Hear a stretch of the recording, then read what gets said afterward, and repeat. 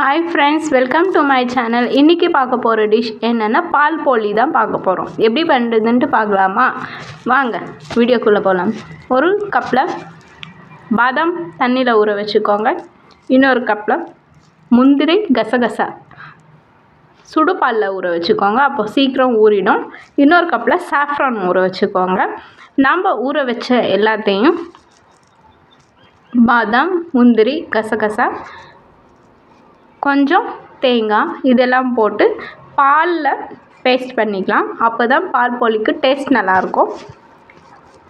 கொரப்பாக அரைச்சிக்காதுங்க, fine பேஸ்ட்டாக அரைச்சிக்கோங்க, அப்போ தான் நல்லாயிருக்கும். இது நாம் அரைச்சி வச்ச பேஸ்ட்டை ஒரு பேனில் போட்டுக்கிட்டு அதில் தேவையான அளவு பால் போட்டு நல்லா கொதிக்க வச்சுக்கோங்க. அது கொதிக்கணும். நல்லா கொதித்ததுக்கப்புறம் அந்த பச்சை ஸ்மெல்லாம் போகிற வரைக்கும் நல்லா கொதிக்க வச்சுக்கோங்க. அது கொதிக்கிற டைமில் இன்னொரு சைடு பூரிக்கு மாவு பிசைஞ்சு வச்சுக்கலாம். ரொம்ப பேர் எங்கள் வீடியோஸை பார்க்குறீங்க, ஆனால் யாருமே சப்ஸ்கிரைப் பண்ணுறதில்ல, ஸ்கிப் பண்ணுறீங்க. அதை மாதிரி பண்ண போகாதீங்க. உங்கள் சப்போர்ட் எங்களுக்கு ரொம்ப முக்கியம். அதனால வீடியோஸுக்கு சப்ஸ்கிரைப் பண்ணுங்கள், பெல் பட்டன் ப்ரெஸ் பண்ணுங்கள். எங்கள் நோட்டிஃபிகேஷன் உங்களுக்கு டெய்லி அப்டேட் ஆகும். சரி, மாவு பிசைறதுக்கு 1.5 கப் மைதா மாவு. நீங்கள் கோதுமை மாவுலேயும் செய்யலாம், நான் மைதா மாவில் தான் செய்கிறேன். 2 ஸ்பூன் ரவை, 2 ஸ்பூன் நெய் போட்டு பிசைஞ்சுக்கோங்க. பிசைஞ்சதுக்கப்புறம் கொஞ்சம் கொஞ்சமாக தண்ணி ஊற்றி பிசைஞ்சுக்கோங்க. ஒரே தடவை தண்ணி ஊற்றிடாதீங்க, கொஞ்சம் கொஞ்சமாக தண்ணி ஊற்றி பிசைஞ்சுக்கோங்க. சாஃப்ட் டஃப்பாக பிசைஞ்சுக்கோங்க. மாவு சாஃப்டாக இருக்கணும். சாஃப்டாக இருக்கிற மாதிரி பிசைஞ்சுக்கோங்க. நல்லா சாஃப்டாக பிசைஞ்சது ஒரு பிளேட்டு போட்டு மூடி சைடில் வச்சுக்கோங்க. பிளேட்டு இல்லைன்னா காட்டன் துணியில் மூடி எடுத்து சைடில் வச்சுக்கோங்க.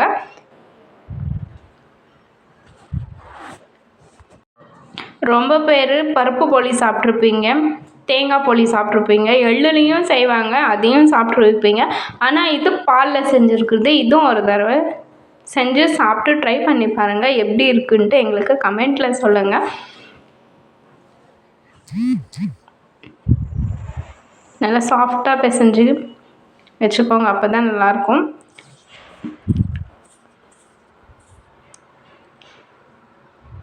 இப்போது கொதிச்சிட்ருக்கிற பால் நல்லா கைவிடாமல் ஒரு தடவை கிளறிக்கோங்க. இப்போ ஊற வச்ச சாஃப்ரான் மில்க்கையும் அதுலேயே சேர்த்துக்கோங்க. சாஃப்ரான் மில்க் போட்டு மறுபடியும் கொதிக்க விடுங்க.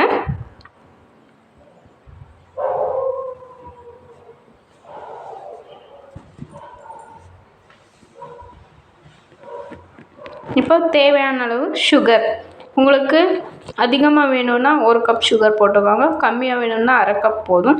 நார்மல் சுகர்னால் ஒரு 3/4 கப் சுகர் போட்டுக்கோங்க. நல்லா உங்கள் ஸ்வீட் எப்படி வேணுமோ அதை மாதிரி நீங்கள் சூஸ் பண்ணிக்கோங்க.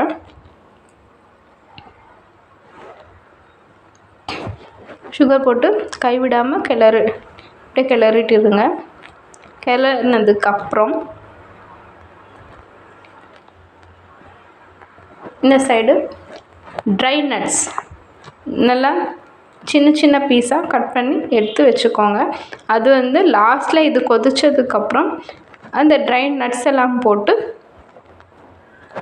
இன்னொரு 2 நிமிஷம் கிளறிட்டு எடுத்து சைடில் எடுத்து வச்சுக்கலாம்.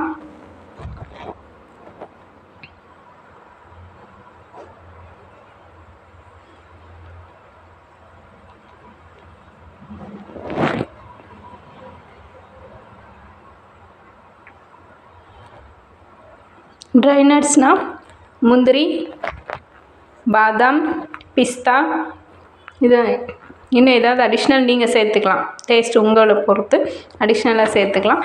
இப்போது பிசைஞ்சு வச்சுருக்கிற மைதா மாவை பூரி அளவுக்கு தேய்ச்சிக்கலாம். இல்லை பெருசாக ரவுண்டாக தேய்ச்சிட்டு வேணும்னா ஒரு பாக்ஸ் மூடி வச்சு கட் பண்ணிக்கலாம். ஒரே லெவலில் கட் பண்ணி எடுத்து ஒரு பிளேட்டில் போட்டு வச்சுக்கோங்க. பிளேட்டில் போட்டுட்டு ஒரு துணியோ இல்லைன்னா பிளேட்டோ போட்டு மூடிடுங்க. அப்போ தான் அது காயாமல் நல்லா சாஃப்டாக இருக்கும்.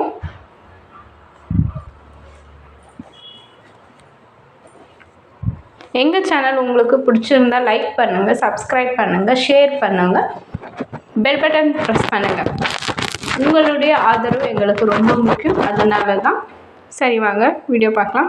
இப்போ நல்லா பெருசாக தேய்ச்சி வச்சுக்கோங்க. இல்லை சின்னசாக பூரி லெவலுக்கே போதும் அப்படின்னா பூரி லெவல்லையே தேய்ச்சி அதையும் எடுத்து ஒரு பிளேட்டை போட்டு எடுத்து வச்சுக்கலாம். இப்போது இந்த பூரி மாவு தேய்க்கிறதுக்குள்ளே ஒரு சைடில் ஒரு பேனில் எண்ணெய் போட்டு காய வச்சுக்கலாம். அதை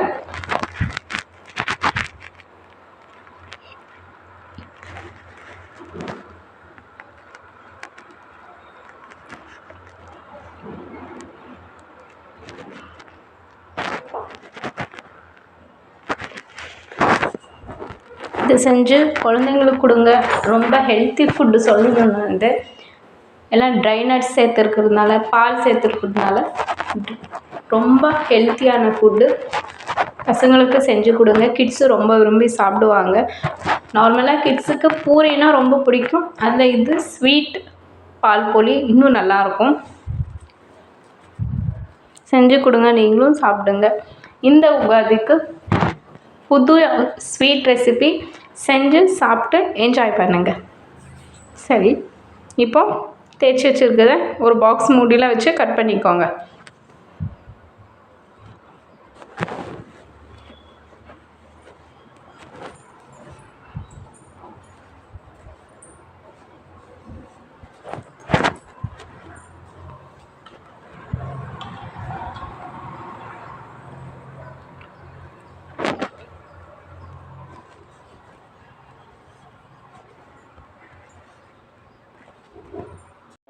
இப்போ காய வச்சுருக்கிற எண்ணெயில் ஒன்றுன்னா தேய்ச்சி வச்ச பூரியை ஒன்றுன்னா போட்டு கோல்டன் ப்ரௌன் ஆகிற வரைக்கும் பொரித்து எடுத்துக்கலாம்.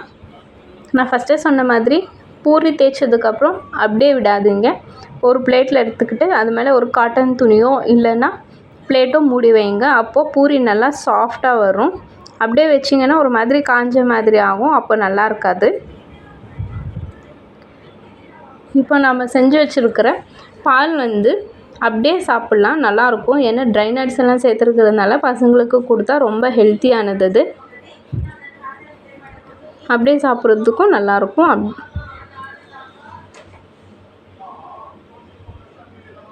இப்போ செஞ்சு வச்சுருக்கிற பூரியை ஒரு பிளேட்டில் வச்சு அது மேலே இந்த ட்ரை நட்ஸு பால் எல்லாம் போட்டு